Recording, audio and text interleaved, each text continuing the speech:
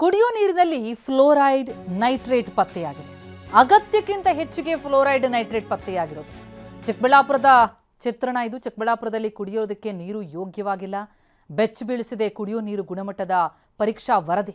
1274 ಹಳ್ಳಿಗಳ ಪೈಕಿ 209 ಹಳ್ಳಿಯ ನೀರಿನಲ್ಲಿ ಫ್ಲೋರೈಡ್ ಅತೀವ ಪ್ರಮಾಣದಲ್ಲಿದೆ.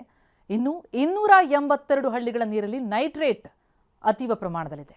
ಈ ಅಶುದ್ಧ ನೀರನ್ನು ಸೇವಿಸಿ ಚಿಕ್ಕಬಳ್ಳಾಪುರದ ಜನ ನರಳುವಂತಾಗಿದೆ. 1 ಲೀಟರ್ ನೀರಿನಲ್ಲಿ 1.5 mg ಬದಲಿಗೆ 2.2 mg ಫ್ಲೋರೈಡ್ ಪತ್ತೆಯಾಗಿರೋದು.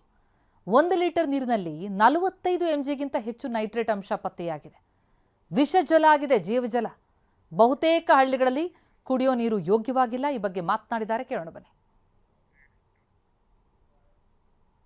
ಸರ್, ಇದು ಫ್ಲೋರೈಡ್ ವಾಟರಲ್ಲಿ ಲೆಸ್ ದೆನ್ 1 ppm ಇದ್ದರೆ ಸಮಸ್ಯೆ ಏನಿಲ್ಲ. ಫ್ಲೋರೈಡು ಅದು ಒಂದು ಖನಿಜ ಅಂಶ ಇರ್ತಕ್ಕಂಥದ್ದು. ಫ್ಲೋರೈಡ್ ಇರ್ಬೋದು, ನೈಟ್ರೇಟ್ ಇರ್ಬೋದು, it is a permissible quantity ಒಳಗಿದ್ದರೆ ಅದೇನು ಸಮಸ್ಯೆ ಏನಿಲ್ಲ. ಅದಕ್ಕಿಂತ ಹೆಚ್ಚುವರಿ ಏನಾರು ಇತ್ತು ಅಂತಂದರೆ ಅದು ಮನುಷ್ಯನ ಜೀವಕ್ಕೆ ಕೂಡ ಅನಾರೋಗ್ಯಕ್ಕೆ ಉಂಟು ಮಾಡ್ತಕ್ಕಂಥ ಸಂಭವ ಇರ್ತದೆ. ಸೊ ಈ ಫ್ಲೋರೈಡ್ ಕಂಟೆಂಟ್ ಬರೋದ್ರಿಂದ ಮಕ್ಕಳಲ್ಲಿ ಡೆಂಟಲ್ ಫ್ಲೋರೋಸಿಸ್ ಆಗಿ ಅಲ್ಲೆಲ್ಲ ಉಳ್ಕಲ್ ರೀತಿಲಾಗಿ, ಅದೇ ರೀತಿ ಸ್ಕೇಲಿಸ್ ಎಲ್ಲ ಡೆವಲಪ್ ಆಗಿ ಅಲ್ಲೂ ವೀಕ್ ಆಗ್ತದೆ. 60 ವರ್ಷ ಮೇಲ್ಪಟ್ಟವರು 40 ವರ್ಷ ಅಡಲ್ಟಲ್ಲಿ ಬಂದಾಗ, ಸಾಮಾನ್ಯ ಜನರಲ್ಲಿ ಬಂದಾಗ ಡೆಂಟಲ್ಲು ಸ್ಕೆಲಿಟಲ್ ಫ್ಲೋರೋಸಿಸ್ ಅಂತ ಕರಿತೀವಿ.